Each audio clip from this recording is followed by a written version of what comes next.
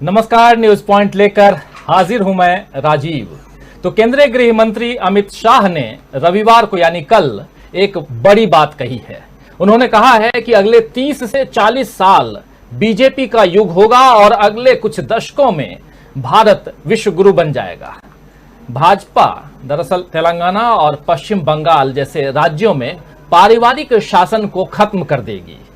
ये बात जो है अमित शाह कह रहे थे कल तेलंगाना में, हैदराबाद में। आप जानते ही हैं कि हैदराबाद में इस बार बीजेपी ने अपनी राष्ट्रीय कार्यकारिणी की बैठक बुलाई थी और उसी में अमित शाह ने अपने भाषण में यह दावा किया। बीजेपी का समर्पित कार्यकर्ता होने के नाते अमित शाह को यह पूरा हक है, पूरा अधिकार है कि वो 30 से 40 साल के अगले 100 साल तक बीजेपी के राज के सपने देखें और दिखाएं। लेकिन बतौर गृह मंत्री क्या उनकी जिम्मेदारी नहीं बनती है कि वो सोच समझकर बयान दें? भाजपा तेलंगाना और पश्चिम बंगाल जैसे राज्यों में पारिवारिक शासन खत्म कर देगी, इस बात का क्या मतलब निकलता है? तेलंगाना में टीआरएस और पश्चिम बंगाल में टीएमसी को विधानसभा चुनाव में जीत मिली। उसके बाद वहां उनकी सत्ता कायम हुई। वहां परिवार ने नहीं बल्कि जनता ने तय किया कि किसका शासन होना चाहिए। फिर अमित शाह जनता की चुनी हुई सरकार को उखाड़ने की बात क्यों कर रहे हैं? क्या इसीलिए कि छल प्रपंच, जोर जबरदस्ती से सत्ता छीनना भाजपा की आदत हो गई है? अभी देश ने देखा है कि कैसे महाराष्ट्र की सत्ता में बीजेपी ने सेंधमारी की और इसके लिए पानी की तरह पैसा बहाया। आज एकनाथ शिंदे जो हैं नए नवेले मुख्यमंत्री, उन्होंने फ्लोर टेस्ट में बहुमत भी हासिल कर लिया है, जिसके बाद देवेंद्र फडणवीस जो उप मुख्यमंत्री हैं अब उन्होंने कहा है कि ये ईडी की सरकार है, यानी ई यानी एकनाथ और डी यानी देवेंद्र, यानी एकनाथ शिंदे और देवेंद्र फडणवीस की सरकार, ईडी की सरकार। अब तक ईडी का मजाक चाहे जो भी हो वो बनाया जा रहा था। ईडी के नाम पर कहा जा रहा था कि ईडी की सरकार है, लेकिन अब एक संसदीय पद पर बैठा हुआ इंसान कह रहा है कि ये ईडी की सरकार है, तो क्या माना जाए? लेकिन देश के संघीय ढांचे के साथ जो खिलवाड़ मोदी सरकार कर रही है वो मजाक नहीं है, बल्कि देश के लिए गंभीर चुनौती है। दोस्तों, जब राहुल गांधी ने, आपको याद होगा कि संसद में भारत को राष्ट्र की जगह राज्यों का संघ बताया था, तो उनके खिलाफ बीजेपी ने मुहिम छेड़ दी थी। उन्हें देश तोड़ने वाला बता दिया गया था। लेकिन असल में मोदी सरकार के राज में देश में मर्यादाएं और परंपराएं टूट रही हैं। गृह मंत्री खुलकर 2 राज्यों की निर्वाचित सरकार को चुनौती दे रहे हैं और इधर प्रधानमंत्री हैदराबाद में ही अपने भाषण में हैदराबाद की जगह भाग्यनगर का इस्तेमाल करते हैं। आप जानते ही हैं कि ग्रेटर हैदराबाद नगर निगम के चुनावों के दौरान यूपी के सीएम योगी आदित्यनाथ ने हैदराबाद को भाग्यनगर करने की बात उठाई थी। अब मोदी जी उसी मुहिम को आगे बढ़ा रहे हैं, जबकि वो जिस पीएम की कुर्सी पर बैठे हुए हैं वहां इस तरह की बयानबाजी की इजाजत नहीं है जो संवैधानिक तकाजे के खिलाफ दिखे। लेकिन मोदी जी किसी तकाजे को कहां मानते हैं? आपको याद होगा कि कैसे अमेरिका जाकर मोदी जी ने अब की बार ट्रंप सरकार का नारा दिया था।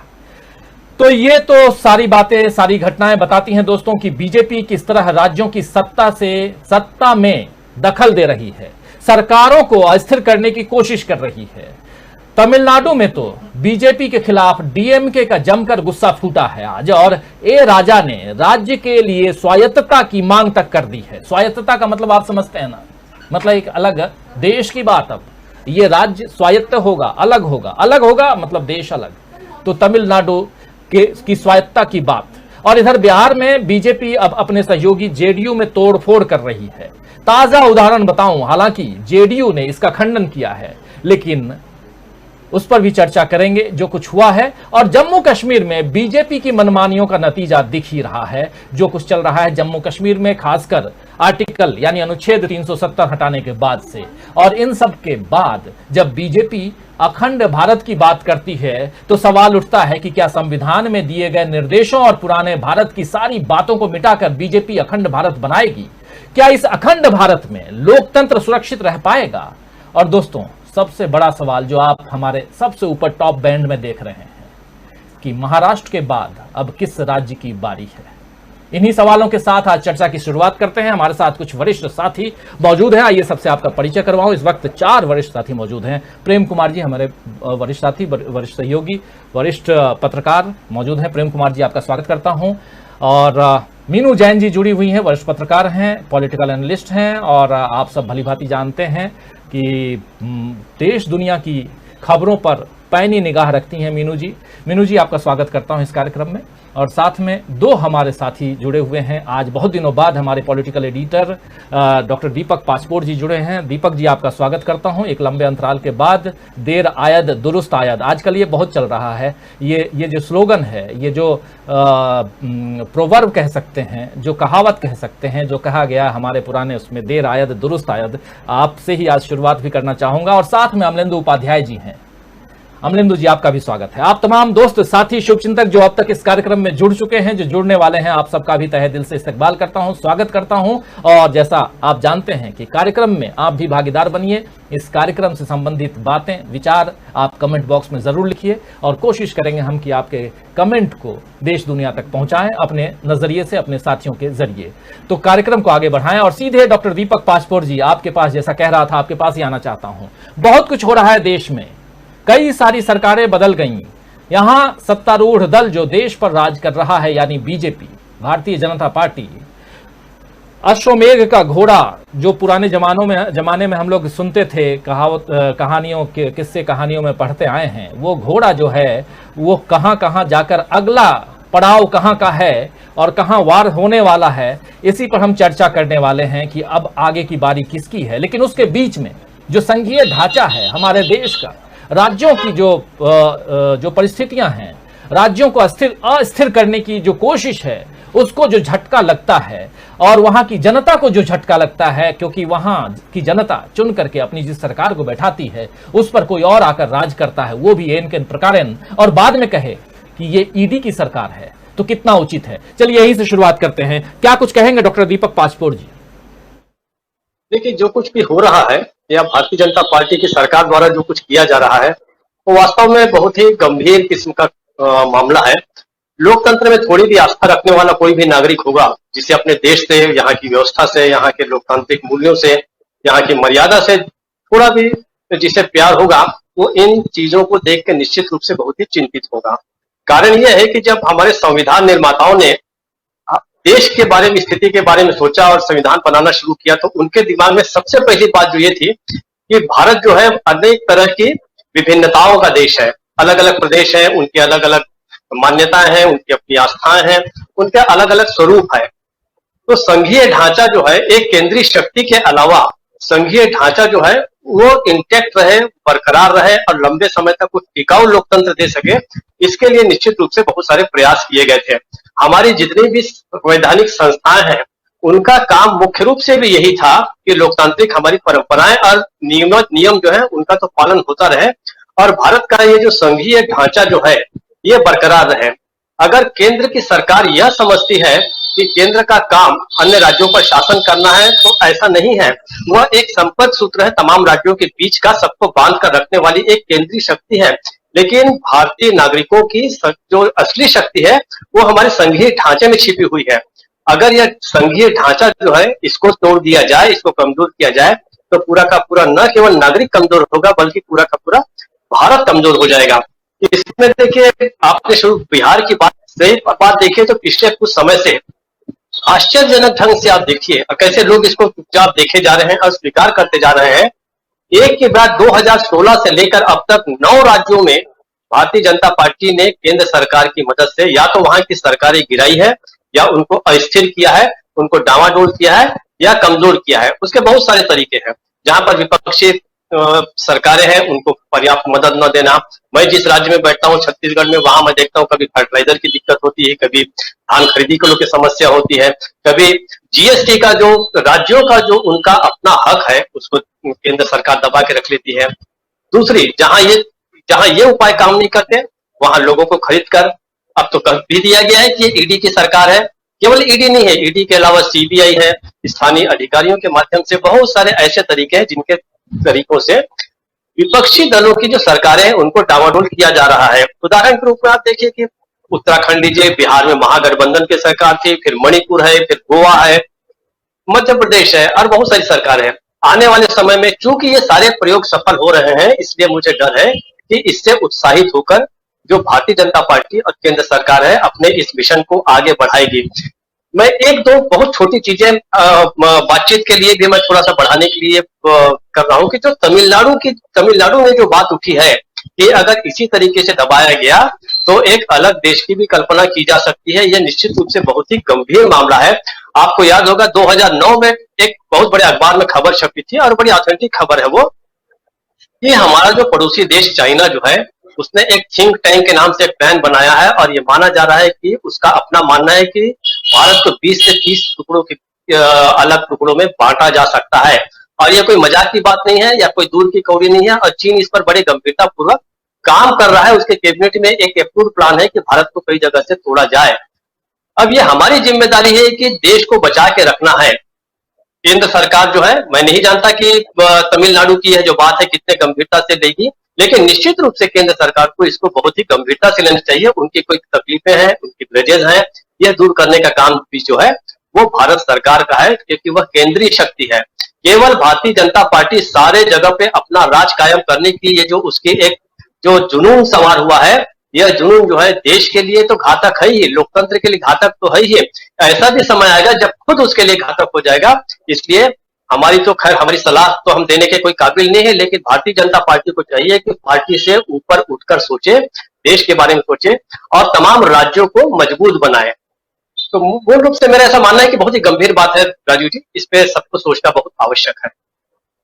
बहुत गंभीर बात और गंभीर चर्चा हम यहाँ कर रहे हैं। महाराष्ट्र मिशन पूरा, अब किसकी बारी, ये तो हम कह रहे हैं, पूछ रहे हैं, लेकिन साथ साथ इसके अंतर्गत जो सारी चीजें चल रही हैं, कल प्रधानमंत्री नरेंद्र मोदी और गृह मंत्री अमित शाह दोनों का भाषण हैदराबाद में हुआ। उस भाषण के तहत बहुत सारी बातें, अगर उस भाषण को देखा जाए, सुना जाए, बहुत ध्यान से सुना जाए, तो चाहे अमित शाह का भाषण, चाहे प्रधानमंत्री नरेंद्र मोदी का भाषण, देश की का जो लोकतांत्रिक ढांचा है उसको कहीं ना कहीं छिन्न भिन्न करने की कोशिश दिखाई देती है इन भाषणों में। और खासकर जब हम चर्चा करते हैं अपने देश के संविधान की, उसकी रक्षा की और उसके अनुसार चलने की, यानी उसका अनुसरण करने की जब हम बात रखते हैं सामने, तो कहीं ना कहीं लगता है कि मौजूदा सरकार में कुछ चीज़ें जो हैं वो ठीक नहीं चल रही हैं। और इसी पर सीजेआई हो, चाहे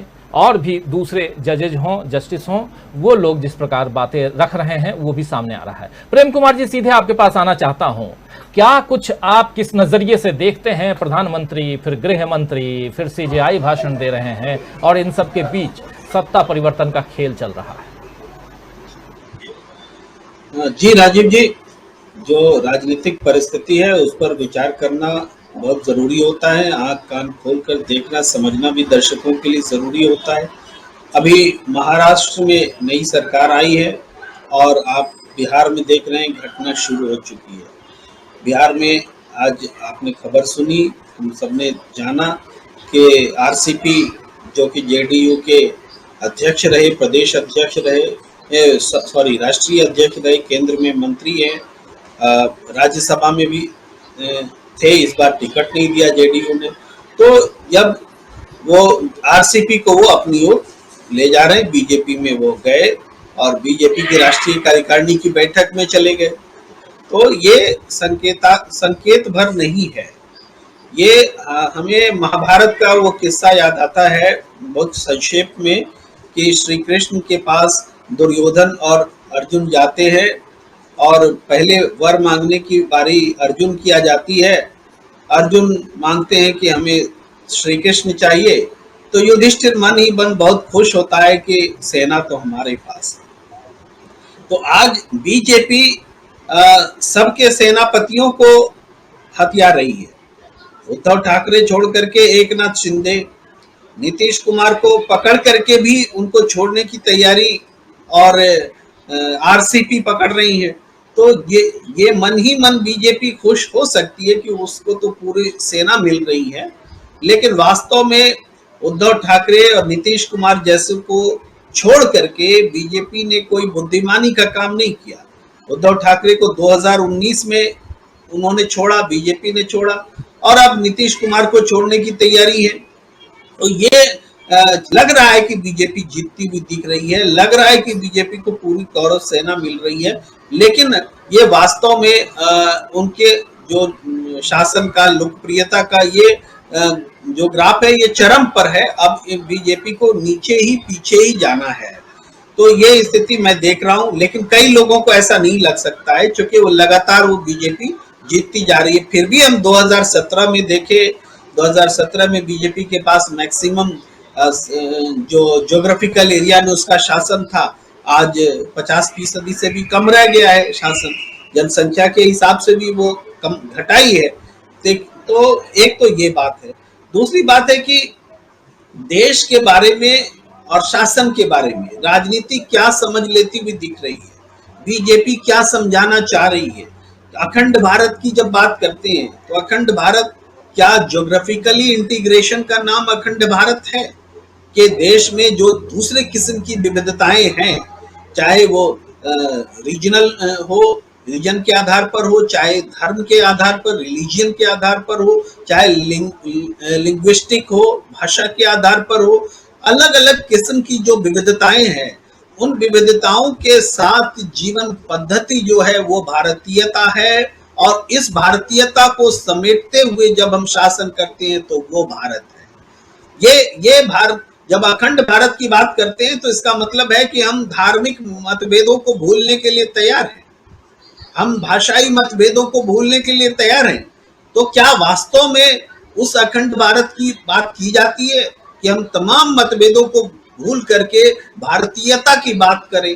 तो ऐसा है नहीं। ये सब स्लोगन में है कि हम ज्योग्राफिकली, अब हम जम्मू कश्मीर के बारे में अगर वैसी ही सोच होती तो जम्मू कश्मीर को 3 टुकड़ों में क्यों बांटा जाता? क्यों कश्मीर हमारा है लेकिन कश्मीर के लोग हमारे नहीं है? ये सोच कैसे होती? लेकिन हम थोड़ा सा शायद भटक रहे हो इस विषय से, लेकिन चूंकि अखंड भारत की बात हो गई तो इधर उधर बात हो गई। पर आज की राजनीति पर लौटे राजीव जी, तो देखिए जो महाभारत के जमाने की हमने बात की, आज भारत में जो कुछ हो रहा है, जो बीजेपी कर रही है, वो महाराष्ट्र और महाभारत मिलता जुलता है। वहां पर सब आपको मिल जाएंगे, तो हर किस्म की राजनीति भी देखने को मिल जाएगी। पर इस जैसे सदन के भीतर भी शिवसेना को औपचारिक रूप से मान लिया गया कि वही शिवसेना है, एक नाथ शिंदे वाली का गुट ही असली शिवसेना है, और सदन से बाहर कोई और शिवसेना है। तो कहीं ना कहीं संवैधानिक लोचा है, कुछ गड़बड़ी है, भारी गड़बड़ी है। और इस गड़बड़ी को हमारे माननीय सुप्रीम कोर्ट ने होने दिया है कि डिप्टी सीएम अगर अयोग्यता की बात लेकर जाते हैं तो उनको बोला जाता है कि हम अभी नहीं सुनेंगे, 11 जुलाई को सुनेंगे। डिप्टी सीएम जब विधायकों को बुलाते हैं परीक्षण करने के लिए तो सुप्रीम कोर्ट कहता है कि आप बहुत कम समय दे रहे हैं, 2 दिन का समय दे रहे हैं। लेकिन राज्यपाल जब 1.5 दिन में सदन आहूत करते हैं तो विश्वास मत के लिए, तो सुप्रीम कोर्ट उस समय बेबस हो जाता है। तो ये जो स्थिति है, इसके बाद भी आप देखिए सदन के भीतर व्हिप, चीफ व्हिप और सदन का नेता दोनों स्पीकर ने तय कर दिया। अब स्पीकर तय करेगा किस पार्टी का नेता कौन है? ये स्थिति बनाया किसने, कैसे बनी? क्योंकि सुप्रीम कोर्ट ने ये अवसर दिया। हमारे जो दल बदल विधेयक का है, कानून है, या अनुच्छेद जो 10 की बात होती है, अनुसूचित 10 की, इस दोनों की जो भावना है कि अनैतिकता को रोका जाए और लोग प्रतिबद्ध रहे पार्टी से, उस भावना को ये जाके सुप्रीम कोर्ट के चौखट पर ये भावना दम तोड़ रही है। सुप्रीम कोर्ट चुपचाप देख रहा है। तो ये एक स्थिति बनी हुई है। हम तो बस आलोचना ही कर सकते हैं, फैसला तो हमें मानना पड़ेगा सुप्रीम कोर्ट का, और हम सब मान रहे हैं। और सरकार बदल रही है, गिर रही है, अनैतिक तरीके से गिर रही है, सुप्रीम कोर्ट की देख रेख में गिर रही है। और 11 तारीख को जब सुप्रीम कोर्ट सुनवाई करेगा तो जो हम पहले से कहते रहे थे, सुप्रीम कोर्ट क्या सुनवाई करेगा? क्या भूतलक्षी प्रभाव से सरकार को बहाल कर देगा? ऐसा क्या संभव है? यह संभव सुप्रीम कोर्ट के हिसाब से नहीं लगता, जो जिस हिसाब से प्रोसीजर आगे बढ़ा है। तो क्यों बढ़ने दिया गया है? ये एक ऐसा संकट पैदा हुआ है जिसमें कि हमारे चीफ जस्टिस ने जो कहा अमेरिका से, वो बहुत इंपॉर्टेंट बात कही कि यहाँ देश में सत्ता, हर पार्टी अपने हिसाब से सुप्रीम कोर्ट को एक्ट करते देखना चाहती है अपने हक में, लेकिन फिर ये सरलीकरण भी है। हर पार्टी चाहती है और ऐसा हो जाता है, ऐसा नहीं है। क्या विपक्ष जो चाहता है सुप्रीम कोर्ट कर देता है? क्या नहीं कर पाता। अब बोलना चाहिए था चीफ जस्टिस को कि यहाँ सत्ताधारी पार्टी चाहती है कि हमारे हिसाब से हो, तो वो बोलने से शायद उनका बायसनेस अफेक्ट हो जाता। उन्होंने कहा कि सारी पार्टियां चाहती है, सारी पार्टियां चाहती तो महाराष्ट्र में ये संकट नहीं होता। लेकिन फिर भी एक विषय तो उन्होंने जरूर उठाया जिस पर हम बोल रहे हैं, हम बोल पा रहे हैं। अगर रमना जी ने नहीं कहा होता तो इस विषय पर हम अभी कुछ नहीं बोल रहे होते। तो उनका एक तरह से आभार है कि उन्होंने ये मुद्दा उठाया। देश उद्वेलित है, आंदोलित है, वैचारिक रूप से भी, मानसिक रूप से भी, कि जो कुछ हो रहा है वो गलत हो रहा है। और खुद बीजेपी के भीतर भी किसी तरह का विद्रोह नहीं दिखता है, बगावत नहीं दिखता है, इसके बावजूद कि उसके सारे फैक्टर्स वहां मौजूद हैं। इस विषय पर बाद में अपनी बात थोड़ी विस्तार से रखना चाहेंगे, बाकी पैनलिस्ट को भी अवसर दिया जाए। जी जी बिल्कुल प्रेम कुमार जी, बहुत सारी बातें हैं, आप इसमें समेटने की कोशिश कर रहे थे, अभी बहुत सारी बातें करना बाकी है। और सीधा मीनू जी आपके पास आना चाहूंगा। बहुत कुछ हो रहा है इस देश में, लेकिन इन सब के बीच एक जो अस्थिरता बनी हुई है, जो दखल अंदाजी है राज्यों के कामकाज में और उससे इतर, अभी हमने ये भी देखा है कि कांग्रेस थोड़ा एग्रेसिव हो गई है। कांग्रेस का एग्रेसिवनेस, और उसमें भी मीडिया पर, और जैसे एक टेलीविजन चैनल को माफी तक मांगना पड़ा राहुल गांधी पर एक गलत बयानी के कारण, और जिस एग्रेसिवनेस के साथ कांग्रेस भी सामने दिखाई दे रही है, क्या लगता है? इसलिए सवाल अचानक यहां कांग्रेस को लेकर किस लिए आ रहा हूं, क्योंकि बेलगाम घोड़े को रोकने के लिए, उसमें लगाम डालने के लिए यहां विपक्ष मजबूत होना चाहिए। और विपक्ष की, क्या आपको लगता है कि अब मजबूती की ओर विपक्ष है? क्योंकि इस समय राष्ट्रपति चुनाव, इसके कुछ ही दिन बाद उपराष्ट्रपति चुनाव भी है, और राष्ट्रपति चुनाव में विपक्षी एकता एक बार दिखाई दे रही है। और उससे इतर देख रहे हैं हम कि कांग्रेस के अंदर भी, अंदर खाने में जो परिवर्तन है, वो परिवर्तन भी दिखाई दे रहा है। क्या लगता है, थोड़ा उम्मीद की किरण दिखाई दे रही है, या जैसा चल रहा है, जैसे बेलगाम घोड़ा चल रहा है, वैसे ही चलता रहेगा? जी राजीव जी, मैं आपके जो सवाल है बहुत मौजूद सवाल है आज की परिस्थिति में, लेकिन मैं उससे पहले अगर आप इजाजत दें तो थोड़ी सी संघवाद के ऊपर दो बात कहना चाहती हूं मैं, क्योंकि मैं खुद पॉलिटिकल साइंस की विद्यार्थी रही हूं, तो इसलिए मैं रुक नहीं पा रही हूं कहने से। मेरे हैं कि आपने इंट्रो में ही कहा था कि राहुल गांधी ने कहा था कि भारत एक यूनियन ऑफ स्टेट्स है, तो उनके पीछे पड़ गए थे बीजेपी वाले लोग, हाथ धो के पड़ गए थे कि आपने कहा कैसे। But this is a fact. इस कॉन्स्टिट्यूशन के अनुच्छेद 1 में साफ लिखा है कि India is A union of states. वहां पे कहीं पे भी केंद्र, सेंटर वर्ड का इस्तेमाल नहीं किया गया है, हमेशा यूनियन यानी संघ कहा गया है केंद्र की सरकार को, या केंद्र का जो एस्टेब्लिशमेंट है उसको संघ कहा गया है, और वहां पे कहीं पे भी केंद्र वर्ड का इस्तेमाल नहीं है। इसमें दूसरी बात एक और इंपॉर्टेंट है कि केंद्र, मैं आपको इस चीज को थोड़ा सा एक एग्जांपल से समझा दूं कि केंद्र और संघ के बीच में एक्चुअली फर्क क्या है संविधान के अनुसार। देखिए, समझिए आपने कि एक सर्कल खींचा, उस सर्कल के बीच में जो बिंदु है वो केंद्र है, केंद्र बिंदु है। मतलब जो सर्कल जो है वो उस केंद्र बिंदु के अधीन है, लेकिन संघ का मतलब है कि जो सर्कल हमने खींचा है दैट इटसेल्फ इज यूनियन, मतलब एक दूसरे से लड़ी जुड़ी हुई है, तो उसमें कोई केंद्र बिंदु नहीं है, जो यूनियन है वही संघ है। और ये संविधान विशेषज्ञों ने, बड़े बहुत बुद्धिमान दूरदृष्टा वो लोग थे, उन्होंने क्लियर कट राज्य और संघ के बीच में अधिकारों का क्लियर कट बंटवारा किया है। अनुच्छेद 247 से लेकर अनुच्छेद 273 तक राज्यों और संघ की सरकार के बीच में प्रशासनिक, आर्थिक और अन्य मामले, विधायी मामले, इवन कौन सी विषयों पे राज्य सरकार कानून बनाएंगी और कौन से विषयों पे केंद्र सरकार कानून बनाएगी, इसका उन्होंने स्पष्ट विभाजन किया है। इसके लिए 3 सूचियां बनाई गई हैं, संघीय सूची, राज्य सूची और समवर्ती सूची। संघीय सूची में 97 विषय हैं जिसके ऊपर केंद्र सरकार कानून बना सकती है, राज्य सूची में 66 विषय हैं जिनके ऊपर राज्य सरकार कानून बना सकती है, और समवर्ती सूची जिसपे राज्य और केंद्र सरकार दोनों कानून बना सकते हैं, लेकिन कॉन्फ्लिक्ट की स्थिति में केंद्र सरकार का राज्य कानून माना जाएगा। तो ऐसी स्थिति में मोदी जी जो है, केंद्र सरकार जो है, संघ की जो सरकार है, वो जबरन एक टकराववाद, एक संघर्षरत संघ का एक मॉडल जो है वो इस देश के ऊपर लागू करना चाहती है। जो हिंदू राष्ट्र है वो अपने आप में ही संघवाद के विरोध में है।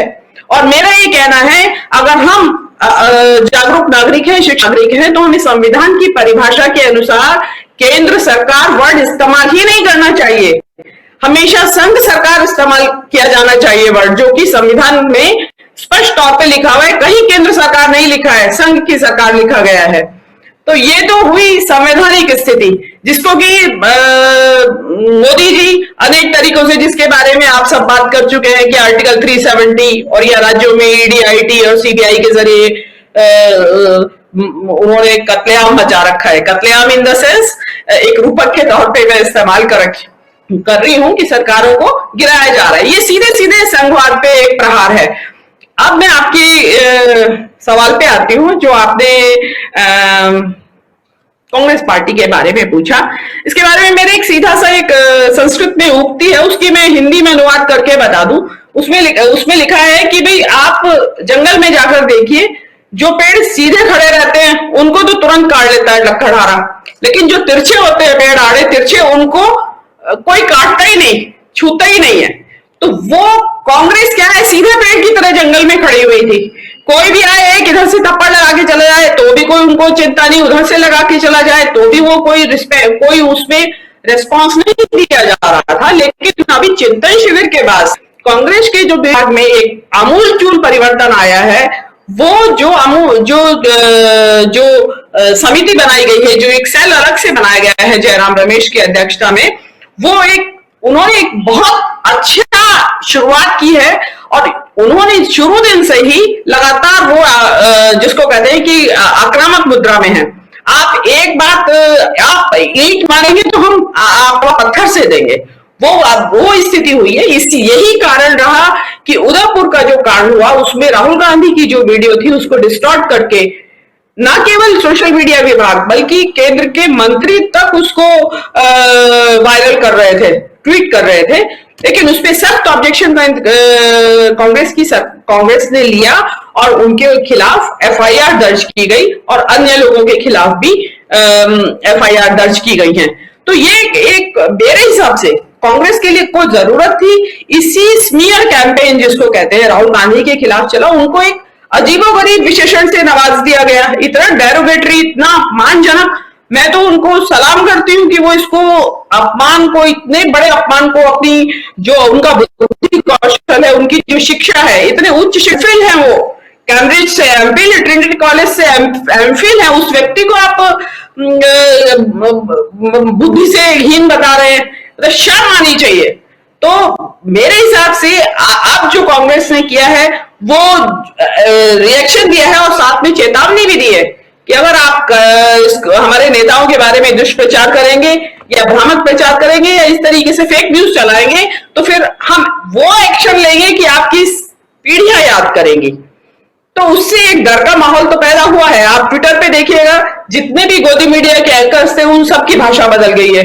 वो तुरंत राहुल जी के वो जो उन्होंने एक्सीडेंट हो गया सड़क के ऊपर और उन्होंने अपनी एम्बुलेंस से उस घायल व्यक्ति को वहां पहुंचाया तो हॉस्पिटल, तो उसके बारे में उन्होंने फटाफट ट्वीट करना शुरू किया, उनके बारे में अच्छी अच्छी बातें बोलने लगे। तो इसलिए कहते हैं कि जिसको कहते हैं ना, जिसके हाथ में डंडा हो, जिसके हाथ में लठ हो, उससे दुनिया डरती है। तो इसलिए गलत काम के लिए नहीं आप रिएक्शन दीजिए। आप गलत मतलब किसी भी, ऐसा नहीं कि हर आलोचना के ऊपर आप भाजपा के ऊपर टूट पड़िए, लेकिन जो भाजपा के आईटी सेल और भाजपा के जो मंत्री हैं उन लोगों ने जो एक रवैया बना लिया है कि जो मुंह आया वो बोलना शुरू कर देते हैं, जो मुंह आया वो किसी भी नेता के खिलाफ लिख देते हैं, तो वो अब एक्सेप्टेबल नहीं होगा। ये जी मीनू जी शायद डिस्कनेक्ट हो गई हैं, लेकिन अमलेंदु उपाध्याय जी, जो बात अभी मीनू जी रख रही थी और इस सवाल से उनके पास आया भी था मैं, कि पिछले दिनों लगातार जो हम देख रहे हैं कांग्रेस का जो मीडिया सेल है, मीडिया डिपार्टमेंट है, वो काफी एक्टिव है। क्या लगता है आपको देश में जो कुछ हो रहा है उस पर थोड़ा लगाम कसने में ये जो मीडिया सेल है कांग्रेस का, वो उसमें सफल हो पाएगा क्या? सफलता असफलता की बात से इतर, लेकिन जो कुछ चल रहा है उस पर भी आपकी टिप्पणी चाहिए, और खासकर अब किसकी बारी है? देखिए जी, एक तो पहले बात जो कांग्रेस का आपने पूछा कि ये मीडिया सेल जो कुछ कर पाएगा नहीं कर पाएगा, मुझे लगता है कि अगर इस कांग्रेस सेल ने 8 साल पहले से ऐसी ही सक्रियता दिखाई होती जैसी कि अब दिखानी शुरू की है, तो इस देश का भविष्य कुछ और होता है। दिक्कतें वहीं से शुरू हुई जब दिग्विजय सिंह को मीडिया प्रभारी से हटा करके अजय माकन को ले आया गया, और उसके बाद जो था वो कांग्रेस का प्रभाव जो था वो शुरू हुआ, क्योंकि फिर कांग्रेस के अंदर वो क्षमता नहीं बची कि वो मीडिया के कुतर्कों का, मीडिया के दुष्प्रचार का और भाजपा के आईटी सेल का जो मुकाबला कर सके। अजय माकन की अपनी कुछ कमजोरियां थी, अब उन सब के किसकी कमजोरी है उस पर बात करने की कोई आवश्यकता नहीं है, लेकिन कांग्रेस मीडिया सेल की कुल मिलाकर की जो थी वो कमजोरियां थी। और उसके बाद जो रणदीप सुरजेवाला के नेतृत्व में जिस तरीके से चला, उसकी भी अपनी एक बहुत मजबूरियां थी और कमजोरियां थी, और उसका भी भारतीय जनता पार्टी ने और इस मीडिया ने बहुत जबरदस्त तरीके से फायदा उठाया। एक तो जिस तरीके से जैसे बीच में कांग्रेस ने एक तय किया था कि हम मीडिया डिबेट्स में नहीं जाएंगे, जो इनके कार्यक्रम होते हैं डिबेट्स के, उसके बावजूद जो थे वो कांग्रेस के कई पदाधिकारी जो थे वो जाते थे मीडिया डिबेट्स में, उनके पर कोई कार्रवाई नहीं हुई। लेकिन जयराम रमेश के ये चार्ज संभालने के बाद ही जो प्रियंका गांधी के राजनीतिक सलाहकार हैं, बाकायदा सर्टिफाइड सलाहकार हैं, आचार्य प्रमोद कृष्ण, उन्होंने 2 बार जो थे वो ट्वीट किए जो कांग्रेस की लाइन के खिलाफ थे, और दोनों बार जयराम रमेश ने बाकायदा उनके ट्वीट को कोट करते हुए कहा कि आप लक्ष्मण रेखा मत उल्लंघिए। और दूसरी बार तो जो उन्होंने ट्वीट किया उसमें आचार्य प्रमोद कृष्णम को बाकायदा उनकी जो जाति थी वो कोट करते हुए लिखा। आचार्य प्रमोद कृष्णम नहीं लिखा, लिखा आचार्य प्रमोद, लिखा प्रमोद त्यागी जी दूसरी बार लक्ष्मण रेखा पार करने से पहले सोच लेते। तो यानी उनको नसीहत दे दी एक तरीके से कि अब पार्टी विरोधी गतिविधियां जो हैं पार्टी में रह करके और पार्टी का पद का इस्तेमाल करके वो नहीं हो पाएंगी, जो कि प्रियंका गांधी भी नहीं कर पा रही थी। तो उसके बाद आचार्य प्रमोद कृष्णम के क्रियाकलाप पर थोड़ी सी जो है कहा जाए वो थोड़ी सी रोक लगी है। तो ये कांग्रेस के बाकी लोग भी जो मीडिया के अंदर उछलते रहते थे और पार्टी लाइन के खिलाफ जाकर ये बातें करते थे, उनके लिए भी एक तरीके से संकेत किया। और जिस तरीके से राहुल गांधी के वीडियो को लेकर के एक्ट किया कांग्रेस ने और नई मीडिया सेल ने, उससे निश्चित तौर पे अब ये संकेत गया कि अब लड़ाई जो है वो आर पार की भी इस मीडिया से हो सकती है। यही काम जो है अगर जिस समय अन्ना आंदोलन चल रहा था उस समय किया गया होता तो आज देश की परिस्थितियां दूसरी होती, लेकिन वो सब नहीं किया गया, जिसके दुष्परिणाम आज जो है वो देश भुगत रहा है। तो अब ये कांग्रेस का अपना अंदरूनी मसला है कि उसने क्या गलतियां की और क्या आगे वो सही करने जा रही है, वो देखा जाएगा, वो करेगा। जहां तक सवाल ये है कि अब महाराष्ट्र का बारी किसकी है, तो मुझे लगता है कि महाराष्ट्र के बाद जो है वो संकेत दे दिया गया है कि बारी जो है वो अब बिहार से शुरुआत होगी, और ये दिग्विजयी अभियान जो है ये चलता रहेगा और ये कई राज्य इसकी चपेट में आएंगे। अब जो जिस तरीके से ए राजा ने कहा है, देखिए हम लोग पहले भी लगातार चर्चा करते हैं कि भारतीय जनता पार्टी जिस पे चल रही है और जिस तरीके से देश विभाजन की अपनी पुरानी नीतियों पे, जो उसका आजादी से पहले भी उसके मातृ संगठन जो है उसका उद्देश्य रहा है किस तरीके से देश विभाजित हो, उस विभाजन का ये एजेंडा चल रही है, उसका परिणाम जो है निश्चित तौर पर इस देश के लिए बहुत गंभीर होगा, बहुत खतरनाक होगा। और वो नतीजे जो आना शुरू हो गए, जिस तरीके से पिछले दिनों केंद्रीय गृह मंत्री अमित शाह ने हिंदी को लेकर के बयान जारी किया, उसकी जबरदस्त प्रतिक्रिया दक्षिण के राज्यों में मिली। आज प्रधानमंत्री जिस तरीके से गए तेलंगाना में और वहां उन्होंने जिस शब्दावली का प्रयोग किया, एक तो बड़ी खुशी की बात यह है कि प्रधानमंत्री जो हैं वो योगी आदित्यनाथ के सामने छोटे हो गए हैं, और छोटे इस मामले में हो गए हैं कि प्रधानमंत्री नरेंद्र मोदी का एजेंडा जो है वो योगी आदित्यनाथ नहीं चला रहे हैं, अब योगी आदित्यनाथ का एजेंडा जो प्रधानमंत्री नरेंद्र मोदी चला रहे हैं। तो मैं बधाई देना चाहूंगा पहले तो योगी आदित्यनाथ को कि उनका एजेंडा जो है वो उसको चलाने की जिम्मेदारी प्रधानमंत्री नरेंद्र मोदी के कंधों पे है। ये साफ जाहिर करता है कि प्रधानमंत्री नरेंद्र मोदी के तरकश में जो तीर थे वो खत्म होते जा रहे हैं, उनका आभा मंडल जो है वो छोटा होता जा रहा है। ये साबित करता है कि अब उनको उस भाग्यनगर का नाम लेना पड़ रहा है, जो भाग्यनगर नाम जो थे योगी आदित्यनाथ देकर। जाहिर सी बात है कि योगी आदित्यनाथ जो है, मुझे लगता है प्रधानमंत्री से बड़े आइकॉन साबित हो रहे हिंदुत्व के, भारतीय जनता पार्टी के, और शायद प्रधानमंत्री नरेंद्र मोदी इसको स्वीकार भी कर रहे हैं। लेकिन इस स्वीकार्यता के पीछे राजीव जी, जिस तरीके से इस देश को कमजोर किया जा रहा है, इस देश की जो है वो संविधान के साथ खिलवाड़ किया जा रहा है, और जो संघात्मक ढांचा है उसको जिस तरीके से कमजोर किया जा रहा है, इसके दुष्परिणाम जो है आने वाले समय में निश्चित तौर पर सामने आएंगे। आप हिंदू राष्ट्र की बात कर सकते हैं, मैं फिर कहना चाहूंगा कि जिस तरीके से खालिस्तान की बात करना देश विरोधी है, जिस तरीके से पृथक जम्मू कश्मीर की आजादी की बात करना राष्ट्र विरोधी है, उसी तरीके से हिंदू राष्ट्र भी निश्चित तौर पर देश विरोधी है।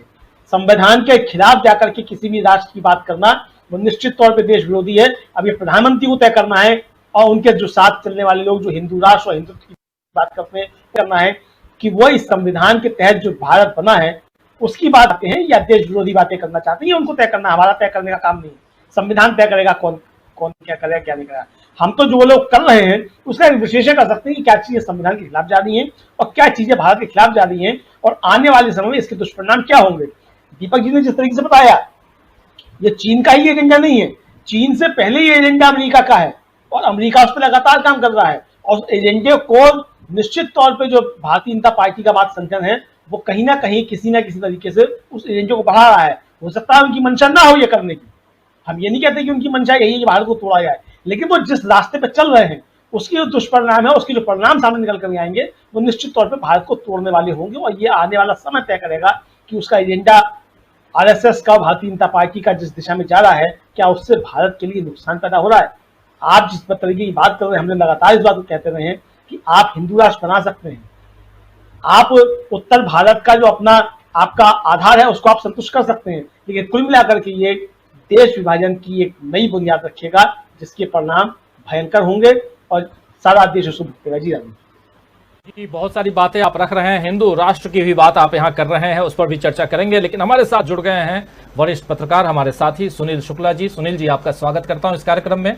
और अभी हम लोग चर्चा कर रहे हैं महाराष्ट्र मिशन पूरा अब किसकी बारी, और इसके तहत हमने तेलंगाना का जिक्र भी किया। तेलंगाना में कल प्रधानमंत्री भी थे और अमित शाह भी थे।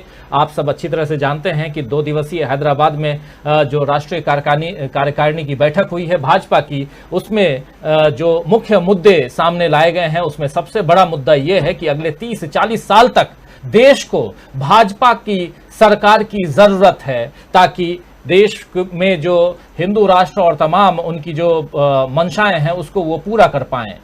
और हमारा कहना है कि आप 30-40 नहीं, आप 100 साल रहिए, लेकिन संविधान के तहत जो कुछ हमारे साथ संविधान के इर्द गिर्द हमें बांधा गया है उससे ही आगे बढ़िए और उसी से आगे बढ़ने की कोशिश कीजिए, क्योंकि खुलेआम आज देवेंद्र फडणवीस ने कह दिया कि ये ईडी की सरकार है। भले उन्होंने एकनाथ शिंदे और देवेंद्र फडणवीस दोनों के पहले लेटर को लेकर के, और हम लोग कुछ दिन पहले हमारे साथी यहाँ असलम चिश्ती ने इस शब्द को रखा था ईडी सरकार, और आज ईडी सरकार खुद अगर महाराष्ट्र के उप मुख्यमंत्री कह रहे हैं तो ये कितनी बड़ी बात कह रहे हैं, इसको समझने की जरूरत है।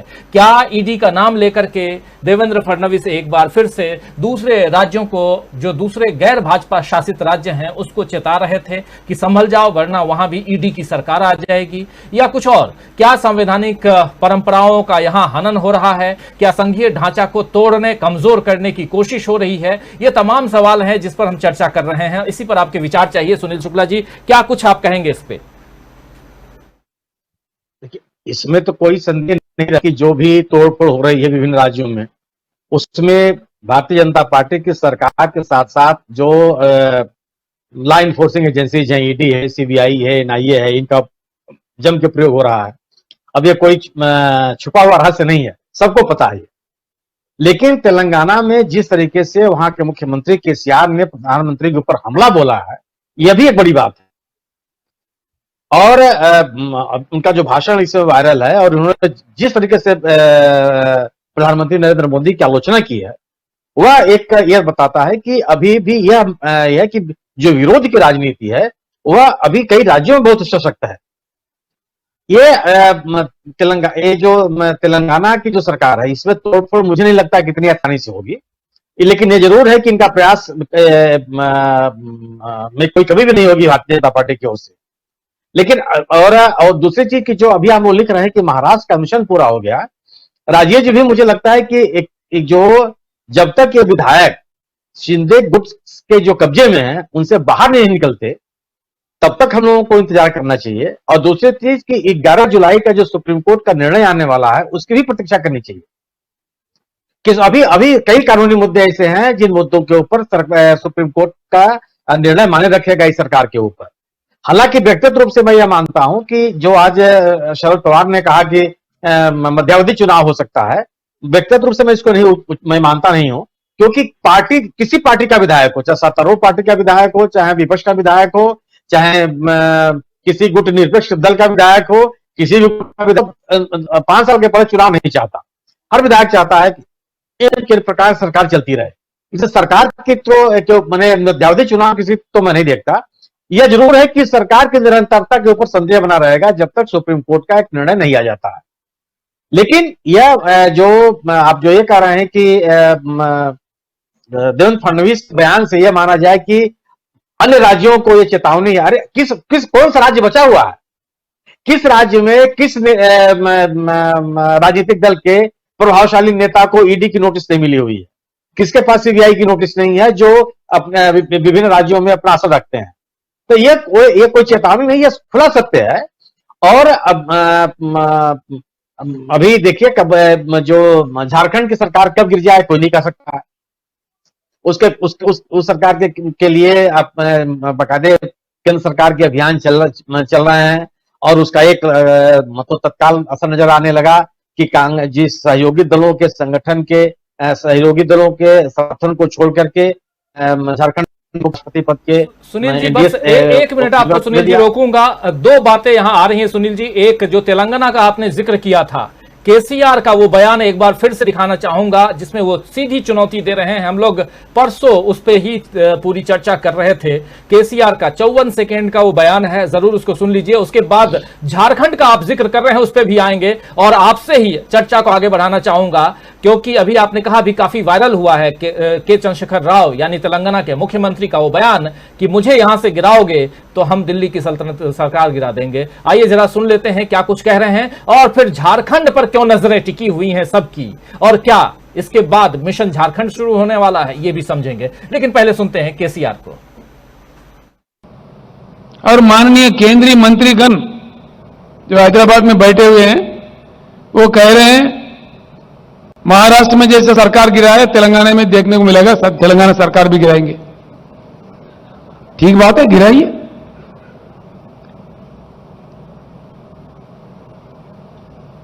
हम भी इंतजार कर रहे हैं उस बात का ताकि हम फ्री हो जाए, आपको दिल्ली से उतार देंगे।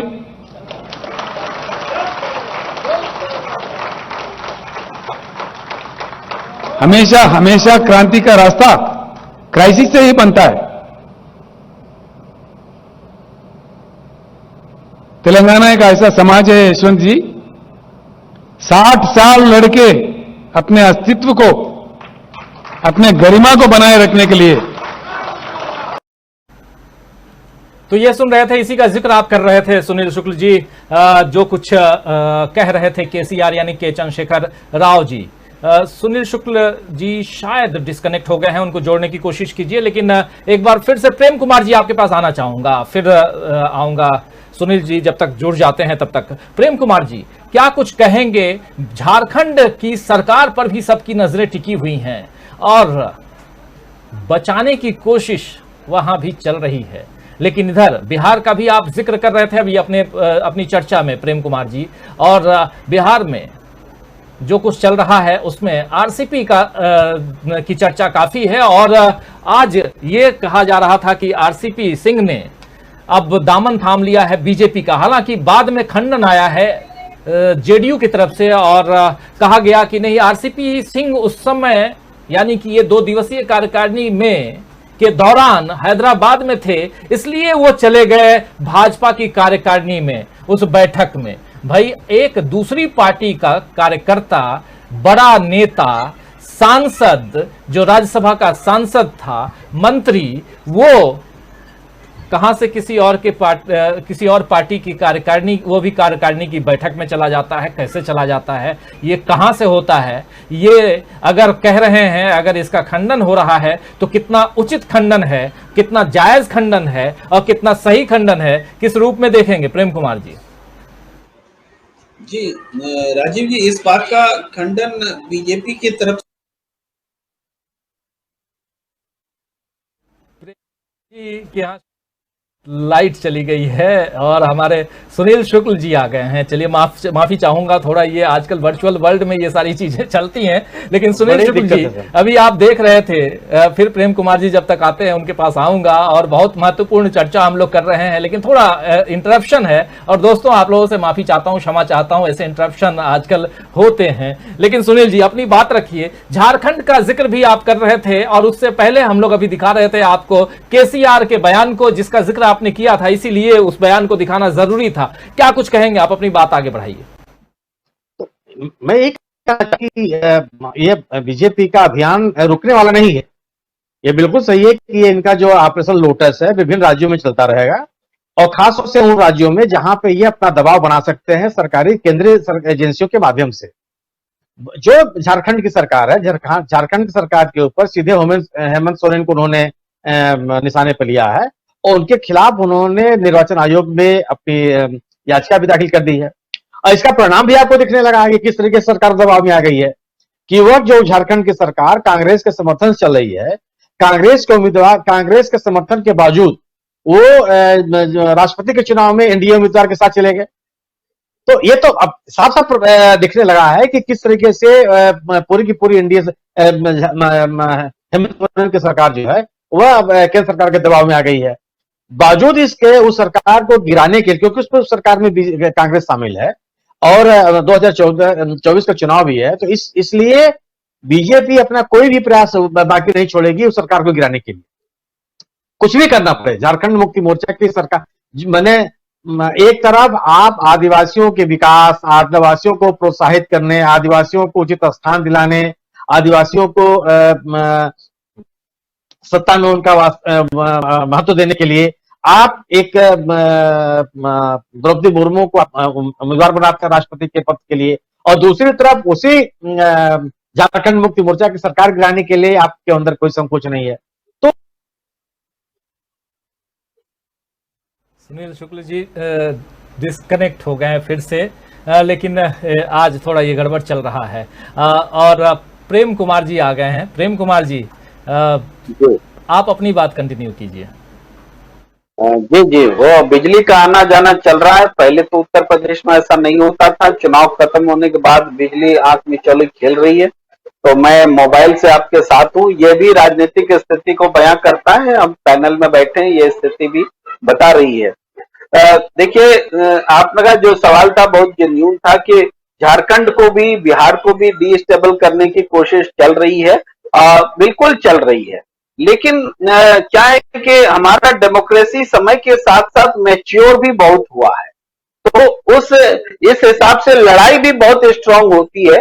आप देखें, महाराष्ट्र में आज जरूर लग रहा है कि बीजेपी ने एक ऐसा काम कर दिया कि एक बनी बनाई सरकार जो है गिर गई, लेकिन महाराष्ट्र में एक मैच्योरिटी भी दिखी कि अलग अलग पार्टी, अलग अलग सोच के लोग इकट्ठे एक मंच पर आए, एक अलग किस्म की राजनीति पैदा करने की कोशिश हुई। उसी तरह से झारखंड में भी ऐसा हुआ।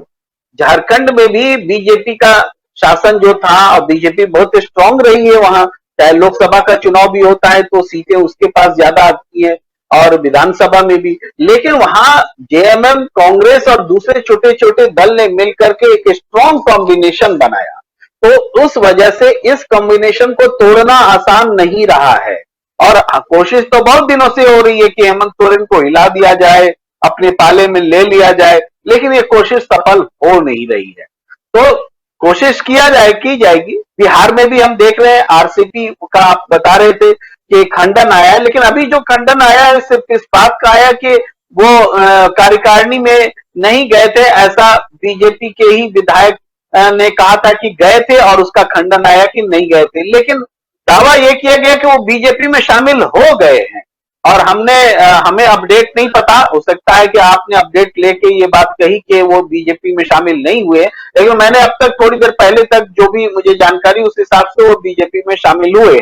बहरहाल जो भी स्थिति हो, अगर नहीं भी हुए हैं तो वो कभी भी हो सकते हैं, ये बड़ी बात नहीं है। तो कारण क्या है कि नीतीश कुमार ने जान लिया है कि आरसीपी को उनके खिलाफ इस्तेमाल किया जा रहा है, और नीतीश कुमार की सियासत जो वहां चल रही है वो इस आधार पे चल रही है, वो जान रहे हैं कि मुझे बस मुख्यमंत्री बना के छोड़ दिया जाएगा और हमारी सेना ये ले उड़ेंगे, ये एक के बाद एक सेना ले उड़ेंगे महाभारत की तरह, लेकिन मुख्यमंत्री बना के हमें रखेंगे और बाद में वहां से भी जब चाहेंगे तब हटा देंगे। तो ये टेक्निक उनकी डेवलप हुई है कि महाराष्ट्र में जो दिखा वहां मुख्यमंत्री विपक्ष में थे, मतलब बीजेपी के साथ में नहीं थे, अगेंस्ट में थे, तो वहां उनसे लोगों को तोड़ करके एकनाथ शिंदे को ले आए।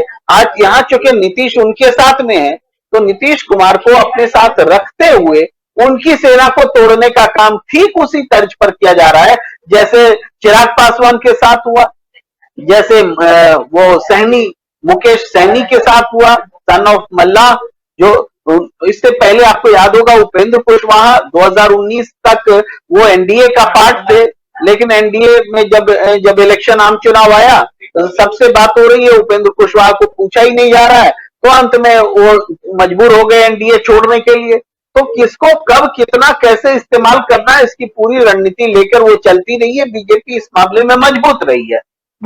पर बात क्या है कि भारतीय राजनीति में ये इस टकराव के बीच इनोवेशन भी होता है। लेकिन लंबे समय तक हमने देखा कि कांग्रेस जो है हारती रही, पिछड़ती रही, संघर्ष में संसाधनों के से उसकी सरकार टूटती है, कांग्रेस के विधायक टूटते हैं, कांग्रेस के मंत्री छूटते हैं, सब हमने देखा। लेकिन इसके बावजूद एक फाइटर वाला स्किल जो है यहीं से निकलने की उम्मीद दिख रही, और वो जो कहते हैं वो पॉइंट आ गया जबकि मीडिया राहुल गांधी की तारीफ करने लगा। 2014 के बाद से तो हमें नहीं लगता था कि ये पॉइंट आएगा, कि इसको बोलते हैं केमिस्ट्री में होता है कि एक पॉइंट आता है जब कलर बदल जाता है, इससे पहले तक जितना भी डालते रहते हैं कलर नहीं बदलता, एक पॉइंट आता है जब कलर बदल जाता है। तो ये राजनीति का कलर बदलने वाला टाइम जो है मीडिया में दिख रहा है, मीडिया के नजरिए से हमें सामने आ रहा है, राजनीति बदल गई। दूसरी बात केसीआर की बात आपने दिखाई, केसीआर फाइटर मैन है, ऐसा नहीं है कि वो यूं ही कहीं से आ गए, उनको सत्ता मिल गई है। उन्होंने लड़ करके संघर्ष करके तेलंगाना का संघर्ष किया, वो सबके साथ रहे राजनीति में, इधर उधर सबके साथ वो जुड़ के रहे, लेकिन तेलंगाना के प्रति अपनी निष्ठा है उसको उन्होंने कभी नहीं छोड़ा। यही कारण है कि आज वो सबसे सक्सेसफुल और जनता के साथ सबसे कनेक्ट वाले नेता माने जाते हैं।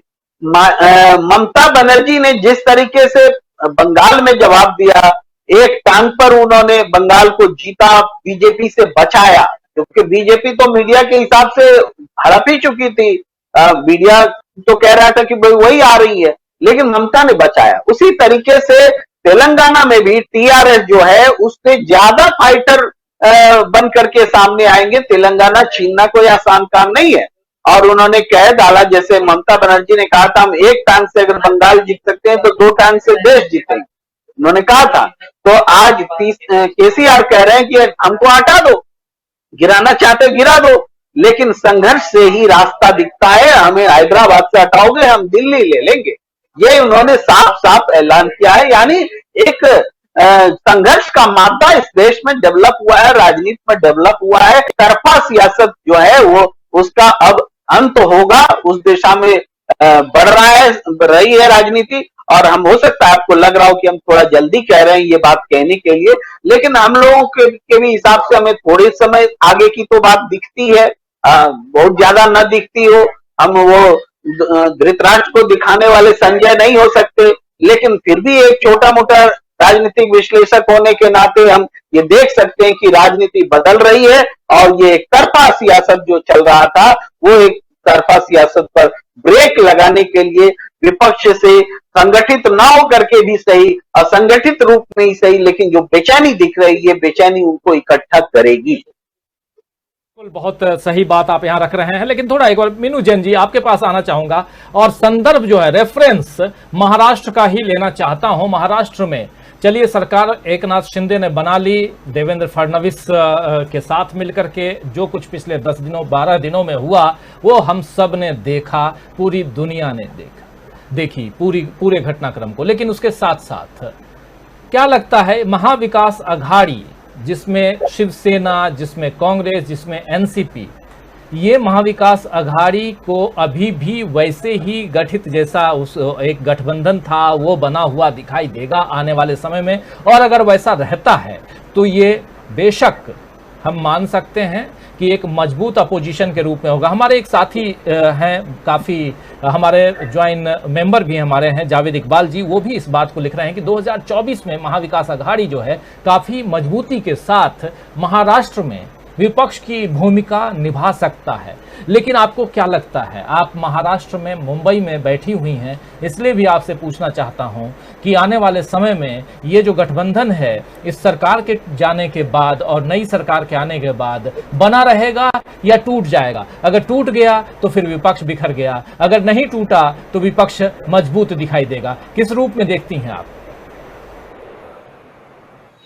देखिए, आज जो शरद पवार जी का बयान आया है फ्लोर टेस्ट के बाद कि ये सरकार 6 महीने के बाद गिर, तो कई समय की का जो है वो ही जाने वाला नहीं है, टूटने वाला नहीं है, अनलेस कोई अनप्रेसिडेंटेड सेंसेस पैदा हो जाए। तो उसमें अभी वो लोग मिलके ही काम करेंगे। सेकेंडली, इसमें एक बात और इम्पोर्टेंट आती है, महाअघाड़ी के इकट्ठे रहने की बहुत जो इम्पोर्टेंट है। जैसे कि अभी स्पीकर साहब ने उनको मान्यता दे दी है शिवसेना को कि आप हैं शिवसेना, लेकिन जो डिसाइड करने वाली अथॉरिटीज हैं, चुनाव आयोग है या आपका उच्चतम न्यायालय है या उच्च न्यायालय, जो भी जहां भी ये जाएंगे, उसमें संगठन को भी कंसीडर किया जाएगा। ये विधायक जो हैं पार्टी संगठन का एक अंग है, ये पार्टी नहीं है। पार्टी ने इनको कहा कि आप चुनाव लड़िए हमारे बिहाफ पे, और उन्होंने चुनाव लड़ा तो वो जीत गए, बट उसका मतलब ये नहीं है कि वो पार्टी बन गए हैं। अब जिस वक्त ये डिसाइड होगा कि पार्टी कौन है असल में, उसमें संगठन के बारे में भी डिसाइड होगा कि ऊपर से लेकर नीचे तक, ब्लॉक लेवल तक जितने भी अध्यक्ष हैं वो लोग किसके साथ हैं, वो चीजें डिसाइड होंगी। तो ये इस चीज को शरद पवार भली भांति जानते हैं, और ये बात प्रूव भी हुई है कि अभी वहां नीचे का जो शिवसेना का जो ऊपर से लेकर नीचे तक का जो स्ट्रक्चर है, उसमें अभी किसी तरह की कोई तोड़फोड़ या किसी तरह का असंतोष या विद्रोह अभी देखने में नहीं आया है। तो इसलिए ये आगे चलने वाली ये जो महाविकास अघाड़ी है, ये अभी कहीं नहीं जाएगा। और क्योंकि ये एक बहुत बड़ा धोखा हुआ है संघवाद के साथ, राज्य की स्वायत्ता के साथ एक बहुत बड़ा धोखा संघ की सरकार ने, मोदी सरकार ने किया है, तो वो धोखा जो है ये इनको अलग होने में मेरे हिसाब से एक ग्लू का काम करेगा, फेविकोल का काम करेगा कि ये एक साथ जुड़े रहेंगे। इसका प्रमाण आपको अभी रिसेंट इलेक्शन में यहां मिल जाएगा बीएमसी में। हालांकि बीएमसी इलेक्शन में एनसीपी और कांग्रेस का बहुत ज्यादा रोल नहीं है, क्योंकि उनके पास बहुत ज्यादा प्रभाव क्षेत्र नहीं है। मेन लड़ाई तो शिवसेना और इनके ही बीच में होने वाली है, भाजपा के। लेकिन उसमें अगेन वो आता है कि समर्थन वाली बात जो आती है कि उद्धव ठाकरे वाली शिवसेना को समर्थन दिया जाए और उसके साथ लड़ाई की जाए। और अगर उद्धव ठाकरे बीएमसी जीत जाते हैं, फिर उस उद्धव ठाकरे की राह आगे की बहुत आसान हो जाती है। और जो शरद पवार ने कहा है कि 6 महीने नहीं चलने वाली है सरकार, तो वो बीएमसी के इलेक्शन के बाद हो सकता है, बहुत ज्यादा संभावना है कि टूट फूट हो। रही दूसरी बात हिंदुत्व का मुद्दा या शिवसेना का एग्रेशन, कि जिसको कहा जाता है कि एक बहुत बड़ी बाधा थी महाविकास अघाड़ी बनाने में। लेकिन आप देखेंगे कि जब से आदित्य ठाकरे, उद्धव ठाकरे के बाद आदित्य ठाकरे के हाथ में इसकी कमान आई है पार्टी की, उसके बाद शिवसेना जो है वो एक उसका मुद्दे बदल गए हैं, उनकी आक्रामकता पे लगाम लगी है। और जो आदित्य ठाकरे हैं वो आर्य कॉलोनी बचाने की बात करते हैं, मंत्री बनते ही, सरकार में आते ही। वो जो ये वैलेंटाइन डेज पे शिवसेना की गुंडागर्दी चलती थी वो सब बंद हो गया। उन्होंने नाइट क्लब्स को खुलवाया, उन्होंने कहा कि रात में भी बाजार खुलने चाहिए, शॉपिंग मॉल्स खुलने चाहिए। तो वो जो शिवसेना की जो एक जिसको कहते हैं कि मवाली वाली जो छवि थी, वो छवि अभी बहुत बहुत उसमें बदलाव आ चुका है। मतलब शिवसैनिक अब क्लाइमेट चेंज की बात करने लगे हैं, तो ये एक बहुत बड़ा सी चेंज है। तो जो ये सी चेंज आया है वो ये जो सी चेंज है that is in sync with NCP और एंड कांग्रेस। तो इसमें इन तीनों को ये समझ लीजिए कि इसमें थोड़ा सा वो इधर आगे बढ़े और थोड़ा सा शिवसेना आगे बढ़ी, तो उनको आपस में अभी मेरे हिसाब से हाल फिलहाल बीएमसी इलेक्शन से और उसके जीतने के बाद भी अभी कोई खतरा मेरे हिसाब से महाविकास अघाड़ी को नहीं है। 2024 तक क्या परिस्थितियां डेवलप होती है वो एक अलग बात है, but in the main time मेरे ख्याल से तीनों एकजुट होके फाइट देंगे इस सरकार को। जी बिल्कुल बिल्कुल। और सबसे बड़ी बात की जो परिवर्तन आया है शिवसेना में, उस शिवसेना में जिसके मुखिया उद्धव ठाकरे, और उद्धव ठाकरे जब तक मुख्यमंत्री थे महाराष्ट्र के तब तक की बात है, लेकिन यही परिवर्तन शायद एकनाथ शिंदे और उनकी टीम को, उनके समर्थकों को शायद पसंद नहीं आया और चले गए किसी और खेमे में, और अभी सरकार बनी हुई है। लेकिन डॉक्टर दीपक पाचपोर जी, आपने भी बहुत नजदीक से शिवसेना को देखा है, आपने भी बहुत नजदीक से वहां की राजनीति को के तहत जो कुछ भी हुआ है उस पर आपने पत्रकारिता भी की है। जरा आपसे भी समझना चाहूंगा, इसलिए यहां पर शिवसेना का जिक्र कर रहे हैं, महाराष्ट्र का जिक्र कर रहे हैं क्योंकि आज ही एकनाथ शिंदे ने अपनी सरकार के लिए बहुमत हासिल किया है। लेकिन आने वाले समय में एक जो बात जिसका जिक्र अभी कर रही हैं, जिसके बारे में डॉक्टर मीनू जैन कह भी रही थी कि शरद पवार का जो ये बयान है, ये बयान यानी कि 6 महीने में मध्यावधि चुनाव के लिए भी तैयार रहें। आप किस रूप में देखते हैं शरद पवार के इस बयान को? क्या ये सरकार अस्थिर रहेगी जो सरकार अभी है, या क्या कई साथी लिख भी रहे हैं कि फडणवीस जो हैं वो नहीं चाहेंगे कि एकनाथ शिंदे लंबे समय तक मुख्यमंत्री बने रहें? क्या ऐसा भी हो सकता है? क्या कुछ आपके नजरिए से आप देख रहे हैं? क्योंकि महाराष्ट्र पर एक प्रयोग के रूप में महाराष्ट्र को देखा जाए, क्योंकि पहली बार ऐसा हुआ है कि सरकार गिरा तो दी गई, लेकिन बीजेपी ने अपनी सरकार अपना सीएम खड़ा नहीं किया, वहां पर अपना सीएम नहीं बैठाया। देखिए, इसमें बहुत सारे पेच है, खासकर महाराष्ट्र में। जो आपकी अंतिम बात से मैं शुरू करता हूं कि देवेंद्र फडणवीस ने सीएम का पद क्यों नहीं लिया। मुझे लगता है कि भारत में जितने भी इस तरीके के उस लेवल के राजनीतिज्ञ हुए हैं, अब भाजपा के राजनीतिज्ञ में 2 लोगों ने सबसे बड़ा अपमान सहा है।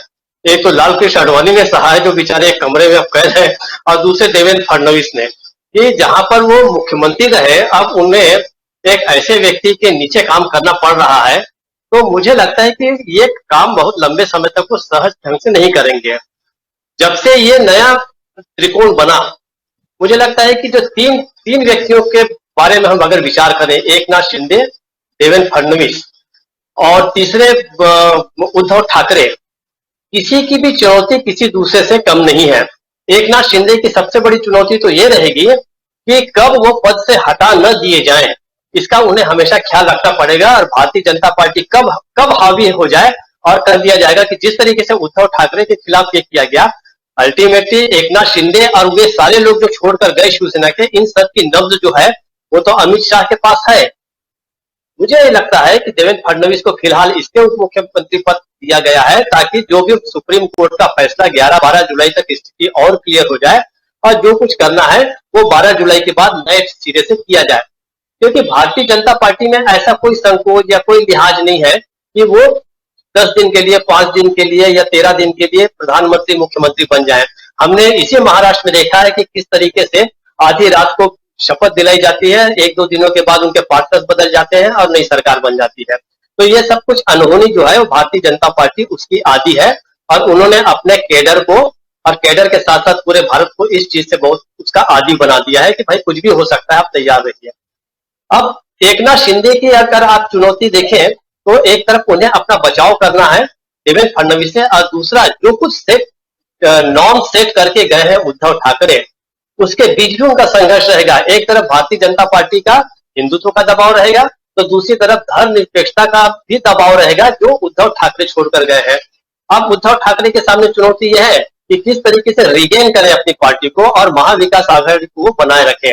देवेंद्र फडणवीस की अपनी जो चुनौती है वो तो है ही है कि कैसे मैं वापस उस पद को पा जाऊं।